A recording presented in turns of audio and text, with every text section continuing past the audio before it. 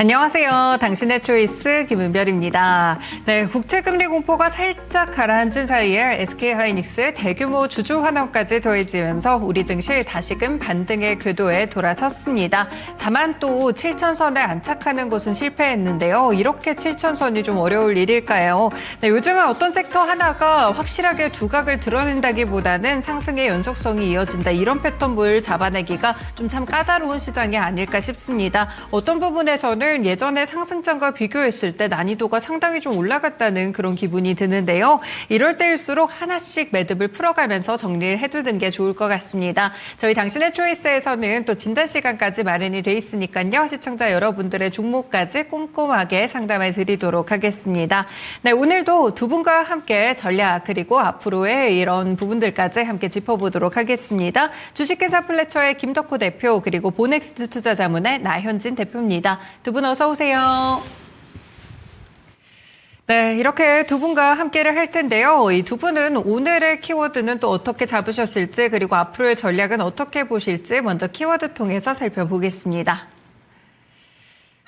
네, 먼저 오늘 김덕호 대표의 오늘 키워드는 주주 환원이었습니다. 역시나 SK하이닉스와 관련된 주주 환원이 오늘장 반도체 종목들이 이끌었고 코스피를 이끌었기 때문에 상당한 포인트가 될 것 같은데요. 잠시 뒤에 들어보고요. 그리고 나현진 대표의 키워드는 스콧 베센트 재무장관입니다. 네, 바이백과 관련된 베센트 장관이 또 이전부터 언급을 했었던 큰 보따리를 풀게 되면서 이 관련돼서 이 시장이 금리 공포가 좀 잠재워졌다는 점에서 키워드를 선정해 주신 것 같네요. 네, 그러면 내일의 키워드도 함께 공개해 보겠습니다. 네, 김덕호 대표의 키워드는 집중 매매입니다. 어떻게 집중 매매를 해야 될지 이 키워드가 궁금하신 분들은 저희가 유튜브 채팅창에 또 퀴즈시가 마련하고 있습니다. 이 두 가지 키워드 가운데서 조금 더 궁금하신 키워드에 투표를 해주시면요. 저희가 프로그램 마지막 즈음에 전략을 설명드릴 때 더 많이 득표를 한 키워드부터 들어보도록 하겠습니다. 네, 나현진 대표의 내일의 키워드는 유동성 확대입니다. 네, 유동성도 상당히 중요하죠. 이 바이백과도 연관이 있을 것 같은데 유동성이 좀 커졌을 때 우리 증시 꾸준하게 좀 올라갈 수 있을지 이 부분도 체크해 보시면 좋을 것 같네요. 네, 유튜브 채팅창에서 내일의 키워드 일단 투표를 해주시고요. 그러면 오늘장 키워드부터 자세하게 들어보겠습니다. 김덕호 대표의 주주 환원 키워드 어떤 이야기일지 90초 신속 브리핑 시작해 주세요. 네, 오늘 이제 시장이 빠르게 반등을 했습니다. 반등을 하게 된 원인에 대해서는 당연히 이제 스코펜스 장관의 발언도 있겠고 또 이제 최태원 회장을 비롯한 이제 SK 하이닉스 주주들이 굉장히 좀 좋아할 만한 내용이죠. 자사주 소각 관련해서 얘기가 나왔는데 사실 지금 시점에서 봤을 때 시장이 생각만큼 잘 안 갑니다. 네, 그 말인즉슨 지금 시장이 좋은 이슈가 나온다 하더라도 투자자들을 자극할 만한 뭔가 트리거가 좀 잘 없다라는 게 굉장히 좀 안타까운 상황인데요. 이번에 이제 자사주 소각 얘기가 나오면서 삼성전자까지도 굉장히 좀 빠르게 주가를 상승하는 모습이 나오고 있습니다. 이 말인즉슨 지금 미국 시장도 사실은 나스닥 지수라든가 우리가 이제 흔히 말하는 M7 그리고 필라델피아 반도체 지수 종목에 편입되어 있는 종목들도 사실 주가가 잘 안 갑니다. 근데 거의 주가가 가는 종목들의 공통점이 뭐냐면은 뭔가 주주 환원을 강화하겠다. 이런 얘기들이 나올 때 주가가 좀 반짝 상승하고 또 답보 상태에 있는 경우가 굉장히 많습니다. 그러니까 이 현상은 지금 현재 빅테크 기업들이 현금이 굉장히 말라 있습니다. 재투자 계속 강화하니까 기업들 입장에서는 돈을 벌 수 있는 시장을 빨리 장악하겠다는 목소리로 나오게 되는데 사실 투자자 입장에서는 야, 니들이 내 돈 가지고 투자해놓고 왜 생색을 내냐. 나는 그런 거 필요 없고 니들이 현금이 많아야 내가 이걸 비싸게 주식으로 팔 수 있다. 아마 이렇게 생각하시는 분들이 많을 겁니다. 그게 이제 지금 시장의 생리라고 보시면 될 것 같아요. 그래서 오히려 최근 시장에서는 인수합병, 지분 투자, 또 주주환원에 관심이 더 높아지고 있는데 이게 오늘 똑같이 연출됐다 말씀드리겠습니다. 네, 이렇게 시간에 딱 맞춰서도 주주환원과 관련된 키워드를 설명해 주셨습니다. 그러면 나현진 대표의 키워드로 넘어가 볼게요. 베센트 재무장관을 골라주셨는데 어떻게 시장의 키가 될지 신속 브리핑 들어보겠습니다. 네, 전일까지 약세를 나타냈던 국내 시장 같은 경우에 주주환원 정책도 있었지만 미국 베센트 재무장관의 장기국채 바이백에 대한 내용이 나오면서 미국에서도 그 비트코인을 포함해서 위험 자산에 대한 선호도가 상당히 높아진 모습을 보일 수 있었습니다. 11월 4일로 예정되어 있는데 이때까지 최소 이제 20억 달러에서 회당 40억 달러까지 이제 그 미국 국채에 대한 매입 규모를 늘려갈 계획으로 발표를 했습니다. 최대 바이백 규모가 830억 달러에 달할 것으로 예상되고 있어서 금리 상승세를 국채 금리 상승세를 당분간 잠재울 수 있는 가장 강력한 효과를 볼 수 있을 것으로 예상하고 있습니다. 이렇게 될 경우에 위험 자산에 대한 선호가 높아질 수 있고 여기에서 생길 수 있는 외국인의 이제 투자 성향에 그러니까 투자 동향을 살펴보면 우리나라로의 이제 투자 유입이 크게 늘어날 가능성 예상해 볼 수 있겠습니다. 금리 안정, 달러 약세, 그리고 위험 자산에 대한 선호가 회복되게 되면 특히나 최근 들어서 약한 수급을 보였던 상황이 오늘도 외국인 수급이 좀 매수로 돌아서면서 수급에 대한 공백을 메울 수 있는 점을 기대해 볼 수 있다는 점 생각해 볼 수 있고요. 이렇게 해서 생긴 유동성에 대해서 우리나라에서 이제 데이터 센터에 대한 부분이라던가 반도체에 대한 투자 확대도 연결지어 볼 수 있습니다. 네, 이렇게 또 유동성 확대에 대한 부분을 강조해 주셨어요. 나머지 유동성에 대한 이야기 또 내일의 키워드로 준비가 되어 있으니까요. 저희 일단 투표 참여해 주시면 좋을 것 같습니다. 지금 유튜브를 통해서 저희 투표 참여 받고 있는데요. 두 분의 내일의 키워드, 김덕호 대표님은 집중매매, 그리고 나윤진 대표님은 유동성 확대를 골라주셨는데 더 궁금한 키워드에 투표해 주세요. 그러면 더 많이 득표를 한 순서대로 저희가 함께 공개해 드리도록 하겠습니다. 네, 이렇게 키워드 정리해 드렸는데요. 그럼 여러분들의 투표 참여 기다리겠습니다.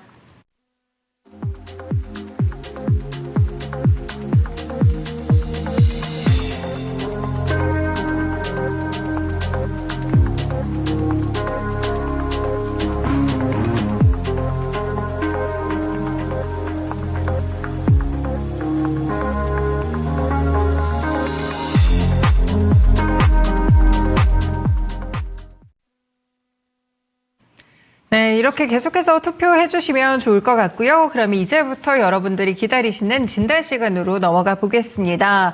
먼저 진단 좀 홍보 드릴게요. 02325-8200번, 02325-8200번으로 전화 참여해 주셔도 환영드립니다. 네, 이 종목이랑 매수 그리고 가격 비중까지 알려주시면 저희가 또 전화로 꼼꼼하게 실시간 상담을 해드리니까요. 꼭 전화 참여도 부탁드리고요.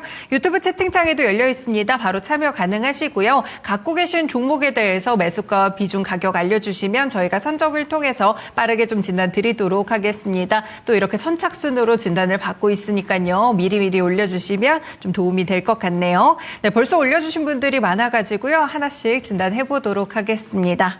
네, 오늘 ABC 가나님의 종목부터 들어가 보겠습니다. 미코입니다. 네, 미코 평균 매수 단가가 18,500원이라고 하시네요. 네, 지금 확인을 해보니까 오늘 종가가 18,580원에 끝났습니다. 지금 딱 이 매수하신 그 부근에 걸쳐 계신 것 같고 비중도 20%로 그렇게 적지는 않은 것 같습니다. 향후에 단기적으로나 중기적으로나 이 전망을 좀 부탁드리는 그런 진단 요청이 왔습니다. 김덕호 대표님, 미코 어떻게 볼까요?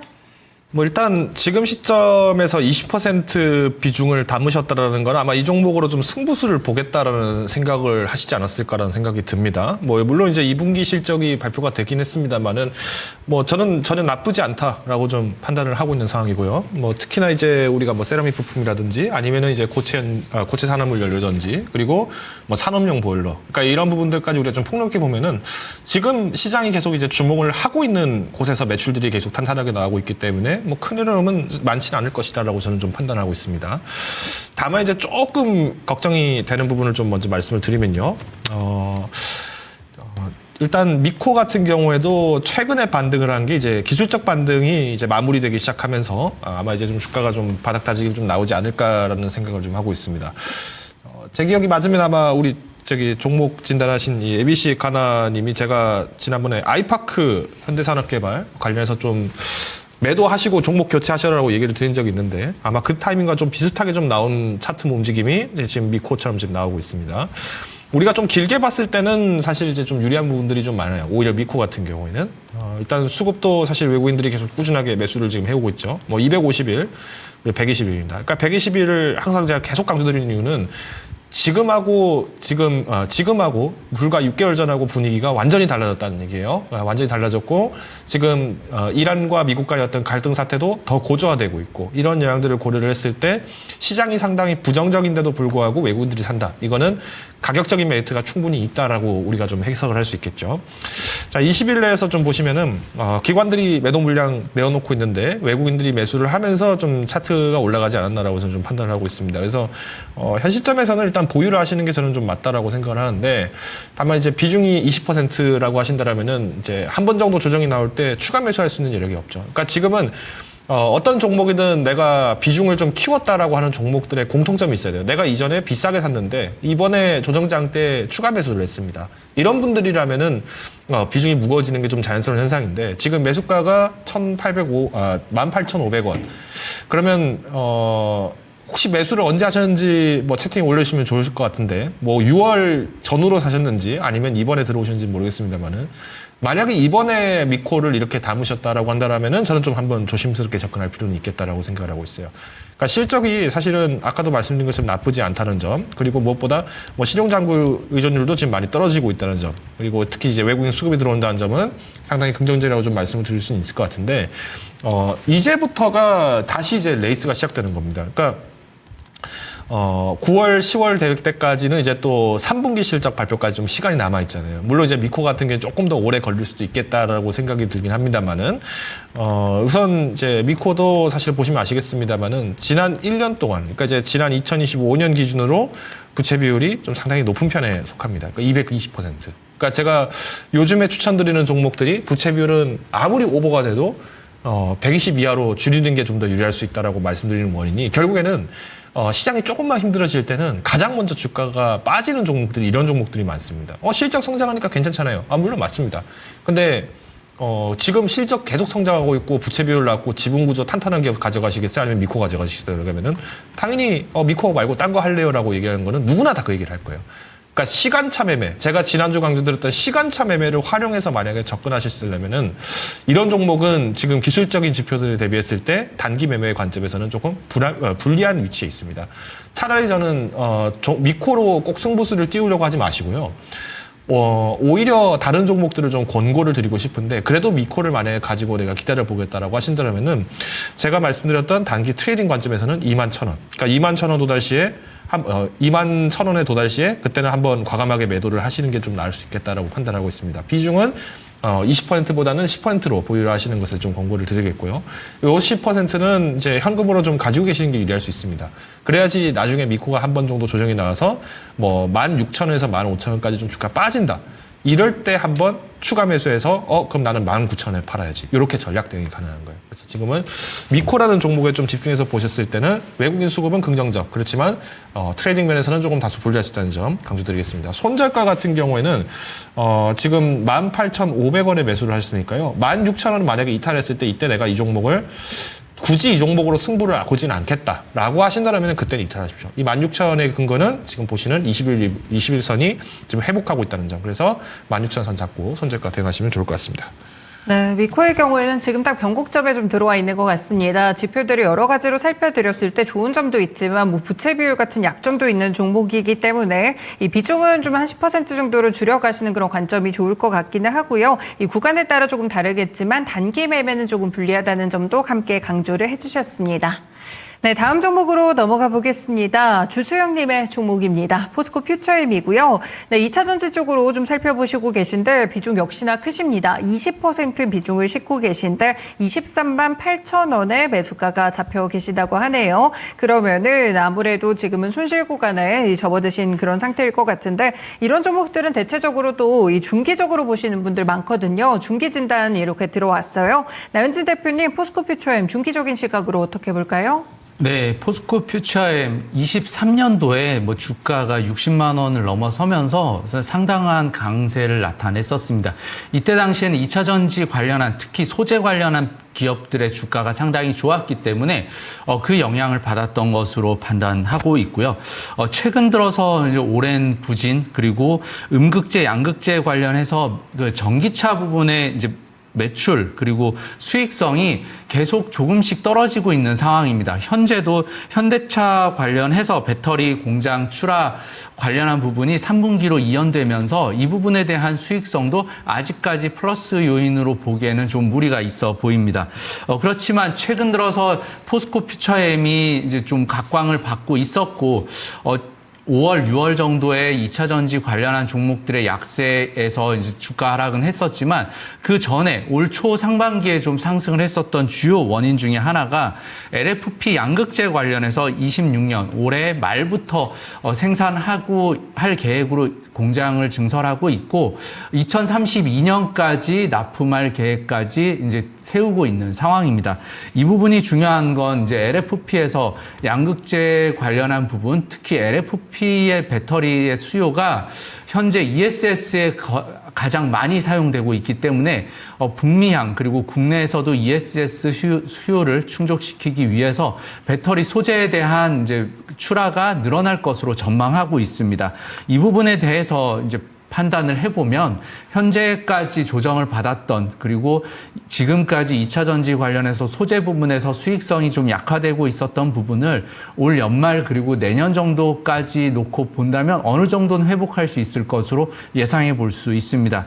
여기에서 주가는 현 시점 가장 좀 낮은 위치에 있다고 보고 있고 매수가 23만 8천 원 정도까지는 단기간에 올라가기는 좀 어려울 것으로 보이나 주봉상으로 봐도 전고점 부근이 29만 원 정도 수준이기 때문에 이 부분은 올해 5월 정도에 기록했던 주가입니다.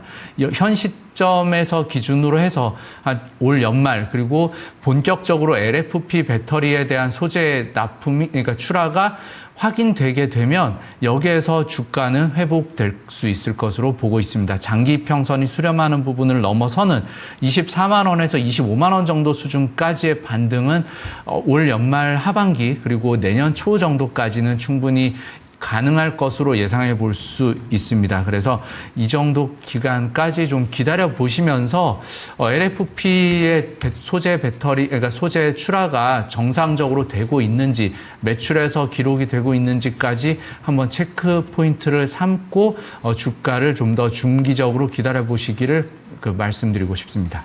네, 중기적인 시각으로 봤을 때 포스코 퓨처엠 수익 구간에 오실 수가 있을 것 같은데 좀 중기적으로 보셔야 될 것 같아요. 일단 올 말에서 내년 초쯤에 24만 원에서 25만 원 정도의 가격대를 보고 있으시니까요. 함께 참고해서 대응해 보시면 좋을 것 같습니다.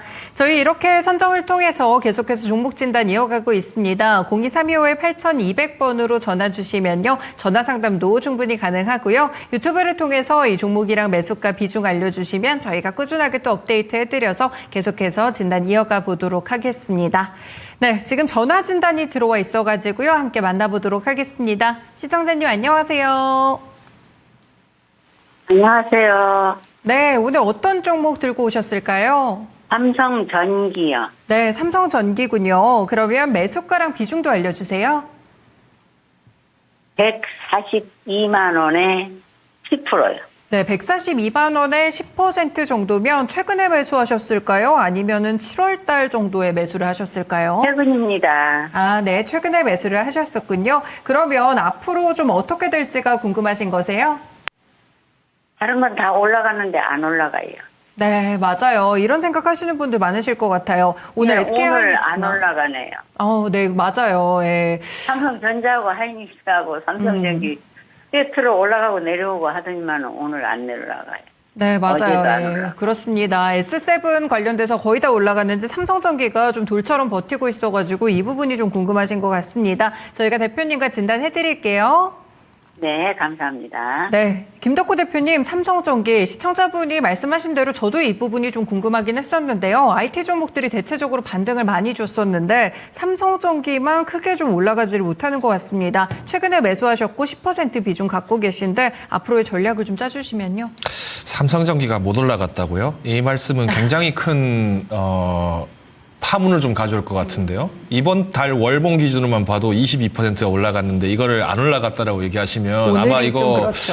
이거 아마 되게 크게 좀 파급 효과가 좀 있을 것 같은데요. 그러니까 오늘 보니까 SK 하이닉스나 뭐 이런 부분들이 많이 올라가다 보니까 상대적으로 삼성전기가 못 간 게 좀 아쉬우신 것 같아요. 옛날에는 사실 다 동조가 됐었잖아요. 그게 문제죠. 그러니까 이제 지금 우리가 펀더멘탈로 올라가거나 그런 게 아닙니다. 삼성전자, SK하이닉스가 오늘 올라간 거는 펀더멘탈을 의심해서 뭐 펀더멘탈이 더 좋아진다 이런 얘기가 나왔습니까? 그런 거 아무것도 없습니다. 한 글자도 나온 적 없고요. 주가 떨어질 때조차도 펀더멘탈 훼손됐다라고 얘기 나온 적 단 한 번도 없습니다. 그러면 삼성전자, SK하이닉스는 왜 갔느냐? 주주환원이잖아요. 근데 삼성전기는요? 그 얘기 나왔습니까? 없죠. 네, 없습니다. 그러니까 주가 그냥 그대로인 거예요. 오늘은 선방한 겁니다. 오늘 안 간 게 아니라요. 그동안 삼성전자, SK하이닉스가 못 가던 가장 근본적인 원인이었던 주주환원책. 이 부분들이 주가로 반영이 되니까 올라간 겁니다. 그러면 제가 시청자분께서 아까 최근에 매수하셨다고 하니까 요날 매수하셨죠? 8월 13일 날. 아마 제 예상이 맞다면 요날 매수하시지 않았을까라고 생각을 하고 있는데 요때가 그거죠. 골드만삭스가 갑자기 삼성전자 대신에 삼성전기를 원탑으로 뽑았다. 이때 매수하셨을 가능성이 굉장히 저는 크다라고 좀 생각을 하고 있는데 만약에 이때 매수하셨다면은 남들 뉴스에 팔 때 나는 뉴스에 사는 사람입니다. 그러니까 항상 비싸게 사는 사람일 수도 있어요. 그러니까 어디 좋대. 이거 대박이래. 그러니까 쫓아가니까 이거 지금 왜 오늘 주가 안 갑니까? 저라면요. 요날 팔고 오늘 샀을 것 같아요. 차라리. 삼성전자, SK하이닉스가 가는데 왜 삼성전기가 간 거지? 이런 날 삼성전기를 사야죠. 네. 그러면 삼성전기가 사실 MLCC 부분이라던가 이런 것들이 뭐 문제가 있었습니까? 아니죠. 2분기 실적 너무 잘 나왔죠.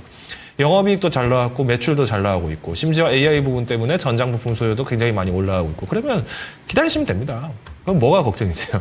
그리고 비중도 10%시면은 굉장히 안정적으로 매매를 하시는 것 같은데 전 잘하셨다라고 봐요. 근데 오늘 만약에 제 말씀 듣고 내일장에서 조정 나오면은 한 번 더 사야지. 그러면은 이제 발목 묶이는 겁니다. 왜? 지금 오늘 종가 기준으로 139만 원. 그러니까 만약에 내일장에서 뭐 큰 변동 없이 현 상태로 마무리 시초가가 나온다면 한 140만 원에 시작을 하겠죠. 그러면 140만 원에서 여기서 배수 매수하면은 우리 평단가 얼마 깎는 겁니까? 평단가 10,000원 깎습니다. 10,000원. 이런 경우가 굉장히 위험한 경우예요. 추가 매수는요, 큰 조정폭 나왔을 때 그때 매수하시는 게 맞습니다.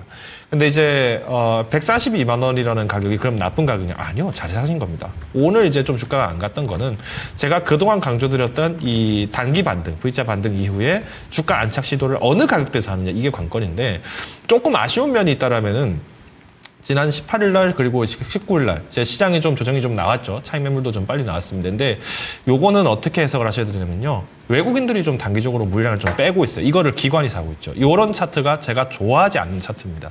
좋아하지 않는 차트라고 한다는 거는 수급 교차점이 나오면서 막판에 이 고점 물량들 다 누가 떠맞는다? 결국 또 개인이 또 똥 맞는다 이런 얘기 하는 거예요. 폭탄 돌리기 결국 개인이 한다 이런 얘기 나올 때 이런 차트가 나옵니다. 근데 아직까지는 삼성전기가 그렇다고 해서 이거를 다 팔고 나가야 되는 그런 장세냐? 그건 아니라는 거예요. 왜 제가 자신 있게 말씀드릴 수 있냐면요. 121봉 제가 계속 강조드리죠. 보세요. 주가가 6개월 전에 대비했을 때 거의 3배까지 올라갔습니다. 이거 보고 지금 삼성전기 주가 안 갔다라고 얘기하면은 그 다른 거보다도 더 많이 이렇게 화내시는 분들 많아요. 지금 바이오도 주가 안 가는 거 연초보다 빠지는 종목 얼마나 많습니까? 그죠? 근데 이제 지금 수급 동향을 보시면 아시겠습니다만은, 수급이 그래도 잘 빠지지 않고 있어요. 나름대로 좀 많이 방어를 하고 있고요. 물론 보유율이 뭐 6개월 전 대비했을 때 1%나 빠지지 않습니까? 지금 우리나라 증시에 외국인 빠진 자금이 얼마인데요. 그거에 비하면은 아직 굉장히 좀 견고한 편이다라고 볼 수 있을 것 같아요. 다만 이제 개인 투자분들이 특히 200만 원 선부터 해서 좀 추매를 굉장히 좀 많이 하신 분들이 이번 조정 장세에 좀 들어왔다라는 부분을 보면은 그동안 삼성전기 없던 분들이 도전을 하는 구간도 아마 거의 대부분이 이 구간이었을 거예요. 그러면 우리가 이제 손바뀜이 좀 일어났을 때 우리가 만약에 주가가 좀 차익 매물이 나오고 비중 관리가 나온다라는 거는 거의 뭐 160만 원 선에서는 한번 나오겠구나 정도는 우리가 유추 정도는 해볼 수 있겠죠. 그러면 일단 타이밍이 중요합니다. 삼성전기는 제가 일전에도 제가 금요일 날 모닝 인사이트 때도 제가 말씀을 드렸지만은 지난주 금요일 모닝 인사이트도 말씀드렸지만은 지금 이 삼성전기 2배 레버리지 ETF가 지금 미국의 SEC, 그러니까 증권거래위원회에 지금 계류가 되고 있습니다. 그래서 이 상품을 지금 올릴 것인지, 그러니까 흔히 말하는 상장시킬 것인지, 아니면 이거 그냥 거래 안 되게 그냥 아예 없애버릴 건지 지금 심사 중이라는 거예요. 그러면 이 상품이 만약에 미국 거래소에서, 미국 증권거래위에서 승인을 하고 상장이 됐다. 그러면 외국인들이 삼성전기가 좋은 건 알겠지만 굳이 삼성전기를 가지고 거래를 하지 않을 거예요. 오히려 두 배 레버리지 ETF의 거래가 쏠리면서 삼성전기가 리스크를 가져갈 가능성이 큽니다. 변동성 리스크. 그래서 저는 만약에 이 삼성전기를 투자한다면 어떻게 되는가? 일단은 지금은 보유하시면 됩니다. 두 배 레버리지 상품에 관련돼서 기사는 꼭 체크하셔야 되고요. 변동성에 대비했을 때 우리가 손바뀐 구간을 좀 본다면 1차 구간은 160만 원이 될 가능성이 크다. 그래서 단기적으로 보신다라고 하면은 저는 일단 160만 원대 트레이딩 관점에서는 한번 매도. 근데 오히려 SEC 관련 기사들 계속 추적 가능하고 특히 이제 두 배 레버리지 관련된 리얼 리스크 그리고 내가 손절매 좀 강하다 하신다라면은 여전히 160만 원 이상까지는 계속 홀딩하셔야 됩니다. 저는 삼성전기 같은 경우에는 뭐 올해 연말까지 기준으로 이제 펀더멘탈 기준으로만 말씀을 드린다고 하면은 190만 원 탈은 그렇게 어려워 보이지는 않습니다. 그래서 일단 단계적으로 우리가 점진적으로 간다는 입장에서 볼 때 1차 관문은 160만 원. 그래서 1차 목표가 160만 원 제시드리겠고요. 손절가 같은 경우에는 125만 원 선 이탈하면 매도하십시오. 125만 원.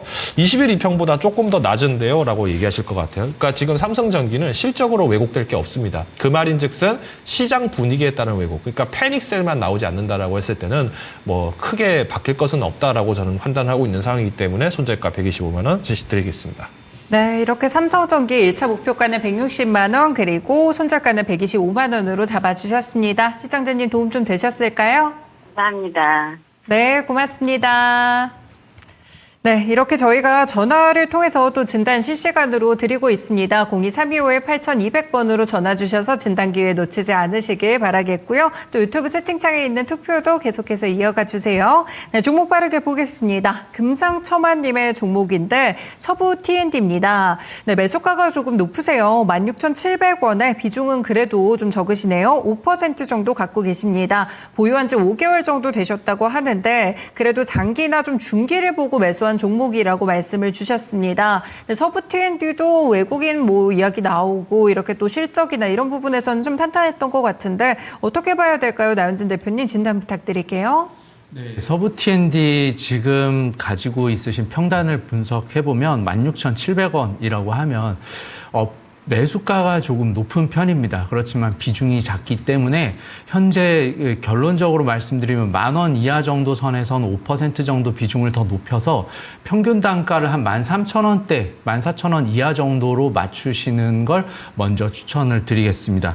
이 부분에 대한 이유는 현재 서부 T&D가 보유하고 있는 자산 가치, 신정동 트럭터미널 부지를 개발을 하고 있고요. 이제 이미 들어간 상황이고 용산 국제업무지구로 선정이 되고 있는 전자상가 관련해서도 이쪽에 자산을 보유하고 있는 상황입니다. 지금까지도 용산 쪽에 개발 관련해서 주택 공급을 더 확대한다던가 국제 업무지구에 대해서 추진 속도를 좀 더 빠르게 하려고 하는 국토부의 이제 정책적인 지원도 예상이 되고 있는 상황이기 때문에 여기에서 생길 수 있는 메리트도 충분히 기대해 볼 수 있는 상황입니다. 거기에 더해서 용산 드래곤시티 호텔 관련해서 본업인 관광업에서도 현재 외국인 관광객 수가 코로나 이전의 수준을 전부 다 회복한 상황에 있습니다. 여기에서 생길 수 있는 매출 추이도 여전히 증가세를 보이고 있는 상황이기 때문에 현재 본업 관련한 부분 그리고 자산가치 관련해서의 재평가 기대감까지도 받고 있는 상황에서 주가는 최근 들어서 다시 한번 10,000원 정도를 전후하는 수준까지 내려왔습니다. 올해 2월 정도의 강세를 나타냈었지만 이 부분에서 주가 하락세가 거의 한 5개월 이상 이어져 오면서 10,000원 정도에서 주가가 이제 기간 조정을 거치고 있는 상황인데 현 시점에서는 충분히 이런 앞서 말씀드렸던 본업 관련한 부분 그리고 자산가치 관련한 부분의 재평가 그리고 새로운 모멘텀이라고 한다면 국제업무지구의 활용 방안에 대해서 국토부의 발표가 또 나올 수 있다는 점까지 감안을 했을 때 현 시점에서 5% 비중을 더 늘려서 평균 단가를 낮춘 이후에 14,000원 이상에서 매도를 하시는 방법으로 충분히 수익 실현도 가능하다고 보고 이런 투자 전략 측면에서 좀 말씀드리고 싶습니다.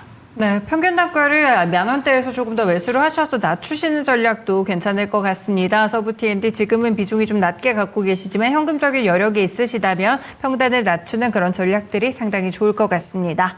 네, 다음 종목으로는 바이오 보겠습니다. ABL 바이오인데요. 네, 솔봉이님의 종목이고요. 지금 매수하신 가격대가 18만 350원입니다. 그러면 꽤나 좀 높은 가격에 매수를 하셔가지고 지금 50% 넘게 좀 손실 구간이실 것 같아요.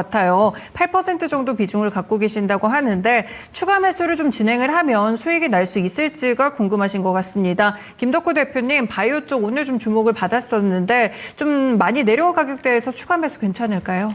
그쵸. 이제 바이오 같은 경우에는 이제 추가 매수를 충분히 좀 고려를 해보셔야 되는데 일단 매수가가 굉장히 좀 높죠. 그러니까 사실은 이제 우리가 뭐 빅딜을 좀 예상을 하면서 접근을 하는 게 바이오인데 이번에 이제 2분기 실적도 좀 다소 아쉬웠던 부분들이 매출 감소가 좀 많이 눈에 띄었어요. 그러니까 이런 거는 어떻게 보면은 실적 기결로 돌아갔다라는 게 이제 바이오의 최근 트렌드입니다. 그러니까 이제 바이오 종목들 요즘에 보시면요. 호재 발표조차도 뭐 실적 발표나 호재 발표를 정규장 때 안 합니다. 정규장 끝나고 해요. 그러니까 왜냐면은 보통 이제 실적이 좀 자신 있던 기업들은 그래도 정규장 때 발표를 합니다. 그렇다고 해서 주가가 막 엄청 가느냐? 그렇지는 않아요. 근데 오히려 하방 지지가 굉장히 좀 잘 만들어지는 편이라고 한다면은 ABL 바이오 같은 경우에는 좀 많이 아쉽죠. 그러니까 이번에 좀 실적이 그래도 예상보다는 좀 많이 후퇴를 했고 전년 대비해서도 사실은 적자폭이 좀 늘어나지 않았는가. 이렇게 이제 생각하시는 분들도 굉장히 많단 말이죠. 그러면 여기서 이제 주목하실 때 그래도 희망은 있다라고 볼 수 있는 것 중 하나가 일단 부채 비율이 그래도 100%를 초과하진 않는다라는 거. 물론 이렇게 얘기를 드리면은 좀 위안 정도라고 저는 좀 말씀드릴 수밖에 없어요. 그러면 여기서 이제 추가 매수를 한다라고 했을 때 그래도 다행히 비중이 지금 8%시잖아요. 물론 이 8%라는 게 ABL 바이오를 처음에 매수한 거에 대비했을 때 지금 단기 반등이 이루어진 종목들이 지금 비중이 커지면서 좀 눌러진 것처럼 보여질 수도 있겠죠. 자, 그러면 18만 원, 그리고 지금 현재 주가가 8만 원. 여기서 만약에 추가 매수를 해야 한다면은 단기적인 트레이딩 면에서 봤을 때, 그리고 이제 바이오의 트렌드를 봤을 때 만약에 추가 매수를 한다라고 한다면은 적어도 3배, 4배는 매수를 하셔야 될 거예요. 3배, 4배 정도. 자, 지금 18,000원에서 만약에 배수 매수 하신다고 한번 가정해 보겠습니다. 그러면 배수 매수했을 때 지금 한 83,000원 정도로 예상을 해보고 만약에 추가 매수, 뭐 우리 9만 원이라고 합시다. 그러면 2배수로, 그러니까 1배수를 더 매수를 했다. 그러면 이제 2배가 되는 거죠. 16%까지 추가 매수를 한다라고 하면은 그래도 주가가 거의 한 13만 원 정도에서 13만 4천 원, 14만 5천 원 정도 될 겁니다. 13만 4천 원, 14만 5천 원. 그러면 이 정도의 갭을 올리기 위해서는 주가가 거의 한 50%는 더 올라가줘야 돼요. 쉽지 않겠죠. 아무리 바이오를 하더라도 지금 시장에서의 바이오는 냉철한 바이오입니다. 냉철한 시장입니다. 그러면 3배수 정도 만약에 매수한다. 그러면 우리가 한 주가를 그래도 한 12만 원에서 11만 원 선까지 당겨볼 수 있으니까 이 정도면 한 30% 정도 올라간다라고 했을 때 나쁘지 않아 보여요. 근데 저라면요. ABL 바이오를 만약에 ABL 바이오만 가지고 승부수를 띄우려고 하신다라면은 저는 조금 반대입니다.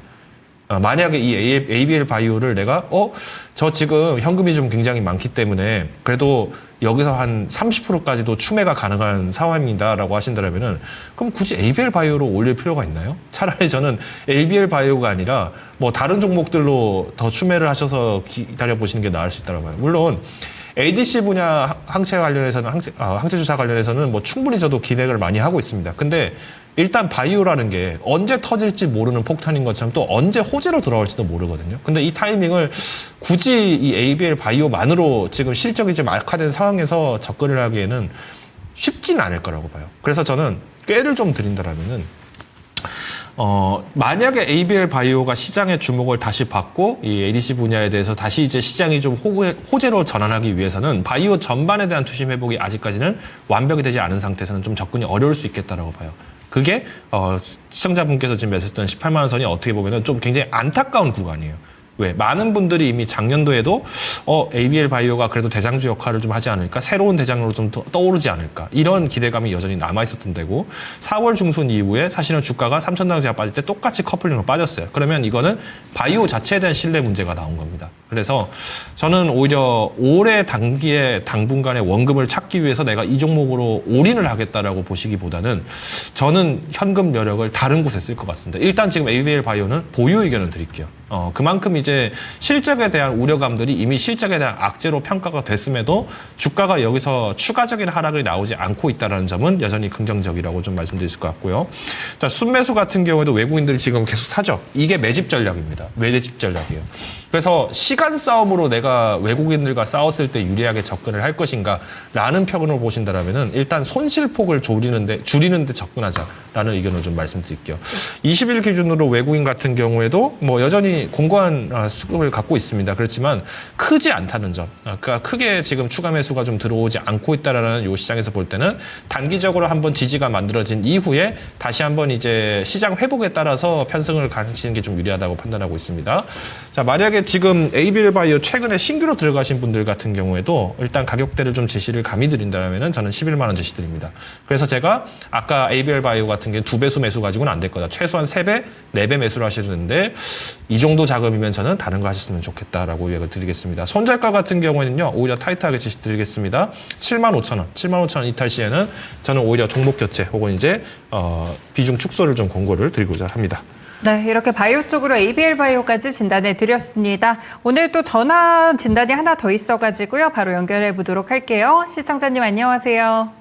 네, 안녕하세요. 네, 오늘 어떤 종목 물어보실까요? 네, 대한전선 34,000원 비중 10%요. 네, 대한전선이고 34,000원에 비중은 10% 정도 갖고 계시다고 합니다. 34,000원이면 지난달쯤에 매수하셨을까요? 한 달 좀 뭐 넘지 않았나 싶은데. 알겠습니다. 네, 대한전선 한 달 조금 넘게 좀 보유를 하셨는데 앞으로 좀 추가 매수할지가 궁금하신 거예요? 아니면 뭐 앞으로의 뭐 전망이 궁금하실까요? 물타기를 하면은 어느 선에서 하면은 그 수익권까지 도달할 수 있는지 좀 궁금해서 그렇거든요. 네, 그러면 오늘 대표님과 함께 진단 나눠보도록 하겠습니다. 네, 대한전선 일단 비중 같은 경우에는 10% 정도 갖고 계신다고 하고요. 일단 오늘 보니까 34,000원이 매수가라고 하십니다. 좀 추가 매수해서 물타기를 하시면 수익권에 진입할 수 있으신지가 궁금하신 것 같은데 대표님 대한전선에 대한 진단은요? 네, 대한전선이 지금 34,000원 매수 단가 대비해서는 뭐 크게 조정받지는 않았기 때문에 비중을 공격적으로 늘리시기에는 뭐 밸류 부담이 아무래도 좀 있는 상황입니다. 그래서 현 시점에 그 보유 비중을 그대로 가져가셔도 뭐 34,000원 이상까지는 충분히 상승할 수 있는 여력이 있다고 말씀드리고 싶고요. 대한전선이 이제 메리트가 있는 부분이라고 하면 기존의 케이블 관련한 전력 케이블 관련한 분야 외에도 초고압 해적 케이블 관련한 부분에 대해서 시공과 생산 내재화를 전부 다 이뤄내고 있는 상황입니다.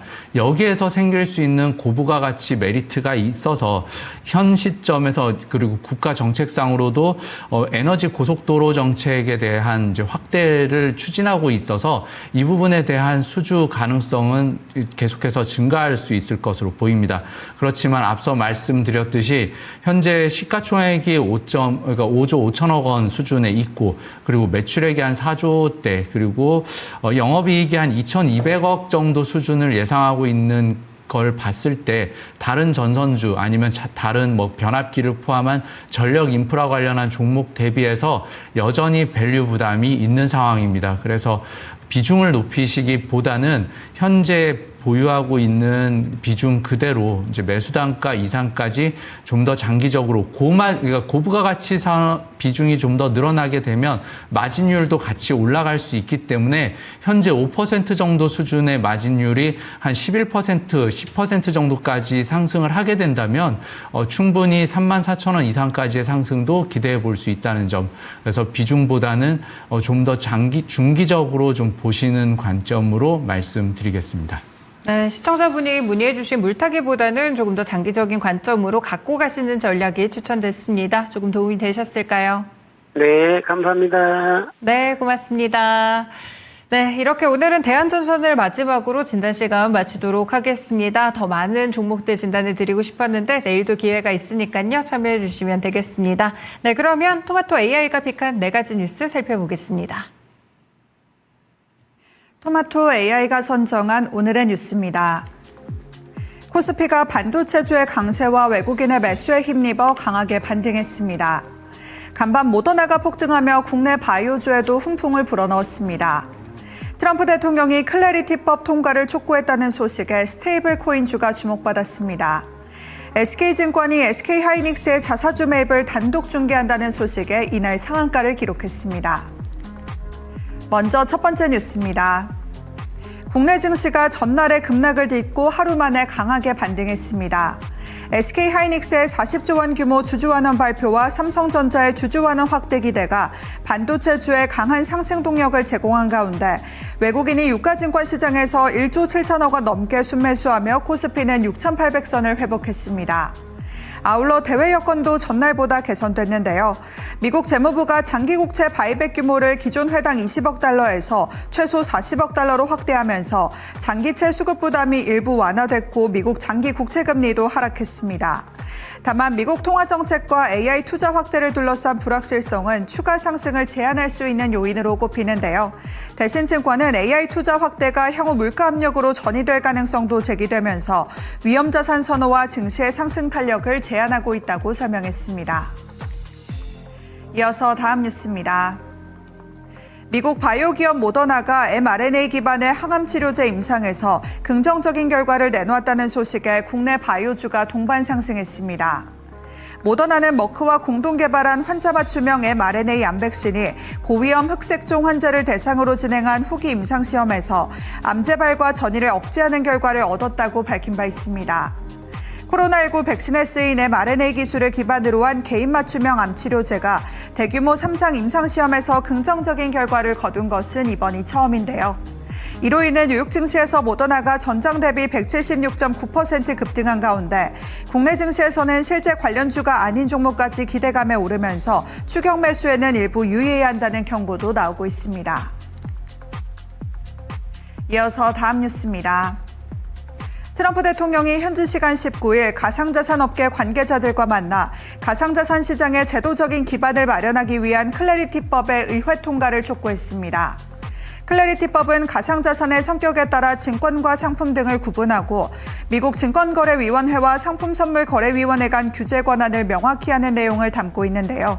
현재 상원에 계류 중인 가운데 법안이 통과될 경우 가상자산과 디지털 결제 산업을 둘러싼 규제 불확실성이 줄어들 수 있다는 기대가 나옵니다.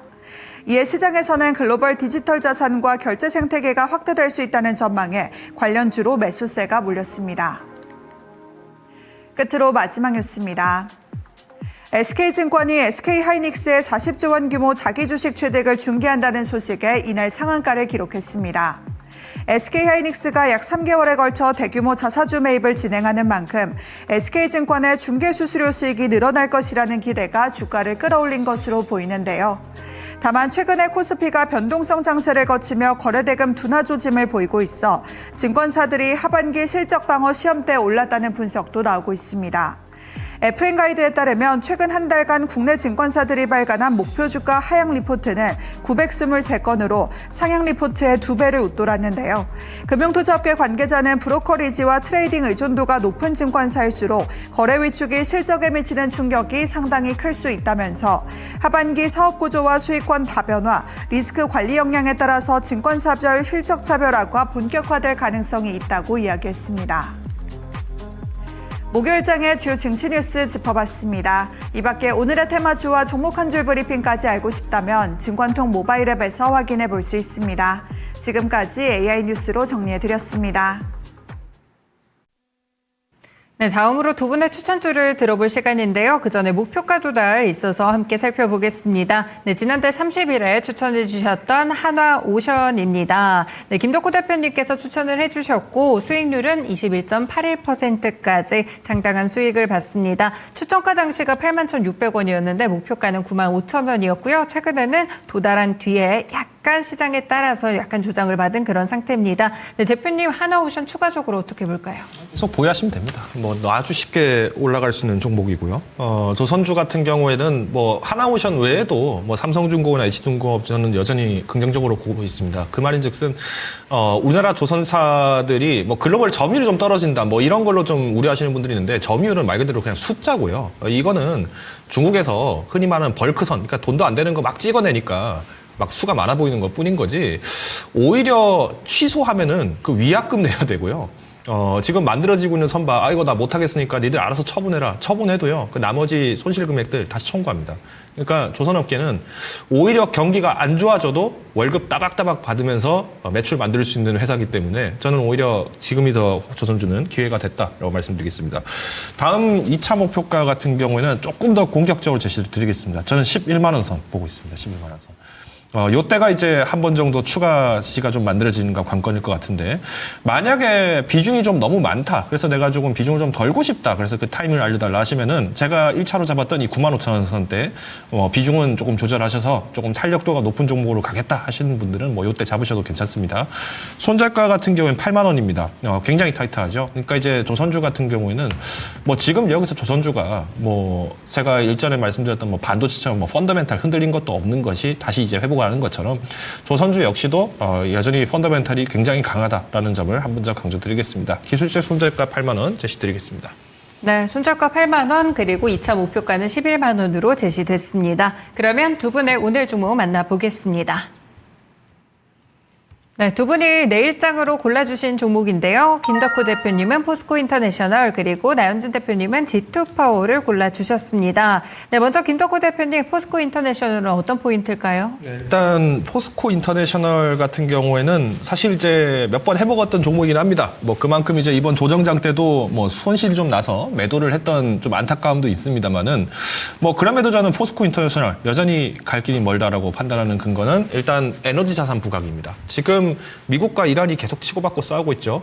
계속 강조드렸던 이 6월 중순 이후에 종전 협상 여부, 그리고 8월 중순까지 여부, 이것을 강조를 드렸는데, 지금 미국의 스탠스를 봤을 때는 이란 사태가 내년까지도 갈 수 있겠다라고 저는 좀 판단하고 있습니다. 그만큼 에너지 자산에 대한 가치들이 굉장히 좀 중요하게 되고 있는데, 포스코 인터내셔널을 많은 분들이 뭐 철강 기업이지 않습니까? 이렇게 생각하시는 분도 많습니다. 맞습니다. 근데 지금 포스코 인터내셔널 최근에 부각되고 있는 것은 바로 이 에너지 자산, 특히 이제 호주에 있는 가스전들, 그리고 미얀마 가스전들이 지금 계속 실적을 견인을 하고 있는 상황입니다. 앞으로의 무역 갈등들 계속 더 커질 것이라고 전망을 하고 있고요. 이럴 때 오히려 포스코 인터내셔널이 이름값대로 상사 기업으로서의 상품 다각화들, 그리고 전략 다각화가 굉장히 적극적으로 일어나고 있는 상황이기 때문에 여전히 상승 탄력을 충분히 기대해봐도 좋겠다라고 말씀드리겠습니다. 목표가 같은 경우에는 제가 일단 지지선, 1차 지지선이 만들어지는 곳이 아마 57,000원 선 돌파가 나야 된다라고 좀 판단하고 있습니다. 그래서 좀 보수적으로 들리기 때문에 아마 10% 먹으려고 이거 합니까? 라고 느낄 수 있겠지만은, 탄력이나 이런 것들은 좀 적은 반면에 오히려 하방을 좀 다져가는 모습에 대비했을 때는 충분히 기대감이 높다 말씀드리겠습니다. 손절가 볼린저 밴드 하단 이탈하는 48,000원대는 우리가 굳이 이 종목으로 꼭 많은 걸 볼 필요는 없다. 그만큼 이제 우리가 하방 다지기에 좀 단단해지고 있는 종목이기 때문에 점진적으로 올라가자. 비중은 현재 시장에서는 한 5%에서 10% 미만으로 가시는 것을 저는 가급적으로 권고를 드리도록 하겠습니다. 네, 포스코 인터내셔널 비중은 크지 않게 바닥을 잘 다지는 종목이라는 점 참고해 보시면 되겠습니다. 다음으로 나연진 대표의 종목인 G2파워입니다. 원전 쪽을 보시는 걸까요? 네, G2파워 같은 경우에 원전 관련해서 며칠 전 이제 빌 게이츠의 방안으로 인한 이제 상승세가 한 차례 나왔습니다. SMR에 대한 기대감이 여전히 들고 있는 상황이고요. 현재 G2파워 같은 경우는 AI 기반으로 해서 상태감시 진단 기술 적용된 수배 전반을 신한울 3, 4호기에 이제 고압 차단 기반으로 해서 390억 이상 규모로 수주를 확보했습니다. 그리고 또 한 가지가 한빛 원전 3, 4호기에서도 690억이 넘어가는 정도의 수주가 아직까지 결정되지는 않았지만 기대를 받고 있는 상황에 있습니다. 이 부분에 대해서 이제 원전 수배 전반을 수주했던 레퍼런스는 앞으로 SMR 시장이 커졌을 때도 또 한 가지의 이제 성장 동력이 될 가능성도 높아진 상황이고요. 원전에 대한 투자는 계속해서 확대되고 있고, 데이터 센터 관련해서 그리고 산업단지도 증가가 되고 있는 상황에서 전력에 대한 수요가 가장 중요한 상황이 됐습니다. 여기에서 장기적인 전력 공급망을 안정적으로 이제 갖추기 위해서는 원전이 필수적으로 이제 확대될 수 있다는 기대감을 받고 있기 때문에 여기에서 생기는 투자 사이클에 대한 수혜 가능성도 여전한 상황입니다. 그와 더불어서 이제 G2파워가 원전에만 공급을 하고 있는 부분이 아니고 태양광을 포함해서 ESS나 풍력 발전 관련해서도 관련한 이제 수배 전반 관련해서 이제 사업이 확대되고 있어서 그러니까 전반적인 전력 인프라에 대해서 투자 사이클에 이제 해당하고 있는 종목이다라는 측면에서 G2 파워를 말씀드리고요. 지난번에 이제 상한가를 기록하면서 상승했었던 부분은 어느 정도 기간 조정을 거치면서 매물이 좀 매물 소화를 시키고 있다고 볼 수 있겠습니다. 현 시점 9,000원대 정도 수준에서는 9,500원 전후한 가격에서는 매수가 충분한 상황이라고 보고 있고, 목표가는 단기적으로 단기 고점 나왔었던 11,000원까지 짧게 상승 가능하다라고 말씀드리고요. 그리고 손절가는 8,500원 정도로 이평선 이탈되는 수준으로 잡고 대응해 보시면 좋겠습니다. 네, 이렇게 G2파워까지 함께 들어봤습니다. 다음으로 두 분의 추가 브리핑인데요. 어떤 분이 더 많이 득표했을지 득표 결과 공개해 주세요. 네, 오늘 김덕호 대표님의 집중 매매가 먼저 선택이 됐습니다. 그러면 김덕호 대표님부터 들어보도록 할게요. 집중 매매 내일장 어떻게 적용할까요? 네, 지난주에 제가 내일을 좌우할 키워드로 시간차 매매를 소개를 드렸습니다. 그러니까 우리가 결국에는 FMC까지는 시간이 한 달이나 남았어요. 한 달이나 남았다라는 거는 역용하면 한 달 내에 우리가 최대한 손실을 빨리 만회해야 된다는 입장으로 저는 생각하고 있습니다. 물론 지금 시장이 우리 상반기 때처럼 그냥 돈 묻어놓고 기다리면 무조건 올라가는 그런 장세가 아니기 때문에 더 부지런하게 투자자분들도 시장에 관심을 두셔야 되고, 또 외부의 어떤 리스크들, 특히 이제 정치적 부분들, 뭐 지정학적인 리스크들까지도 우리가 함께 고려하다 보니까 난이도가 많이 올라가고 있어요. 근데 이럴 때일수록 우리가 그러면 더 단순하게 접근하셔야 됩니다. 너무 많은 걸 보려고 하시면요, 지금은 이렇게 많은 거를 보는데 익숙하신 분이 아니면 더 힘들어합니다. 그래서 제가 제시고 드리고 싶은 것이 바로 이 집중 매매, 즉 우리가 기술적 반등이 거의 이제 마무리가 돼가고 있는 시점인데 아직도 안 온 종목들이 있다. 이런 종목들을 노려봐야죠. 근데 제가 아까 진단 드리면서도 말씀드렸습니다만은 여전히 지금 시장에서는 펀더멘탈 장수로 지금 회귀하는 부분들이 굉장히 강해지고 있기 때문에 단기적으로 만약에 주가가 좀 반등이 빨랐다. 이럴 때는 한 번 정도는 분할 매수하셨던 거 분할 매도하셔도 나쁘지 않습니다. 오늘 이제 SK 하이닉스 같은 경우가 좀 대표적인 예시라고 저는 생각을 하고 있어요. SK 하이닉스도 뭐 오늘 보시면 아시겠습니다만은 많은 분들이 이제 이거 뭔가 괜찮을 것 같다 해서 사시는 분들도 분명 계실 거예요. 근데 그동안 이제 어제 시장이 좀 조정이 나왔을 때도 추매하셨던 분들이 오늘 같은 경우에는 한 번 정도 매도하고 이런 모습들이 나오는 것은 굉장히 개인 투자자들 입장에서는 치고 빠지는데 유리한 전략입니다. 지금은 오히려 개인 투자자들에게 우선권이 넘어간 상태예요. 그렇기 때문에 너무 겁먹을 필요 없습니다. 오히려 지금 시장에서는 손절가만 잘 지켜주시고요.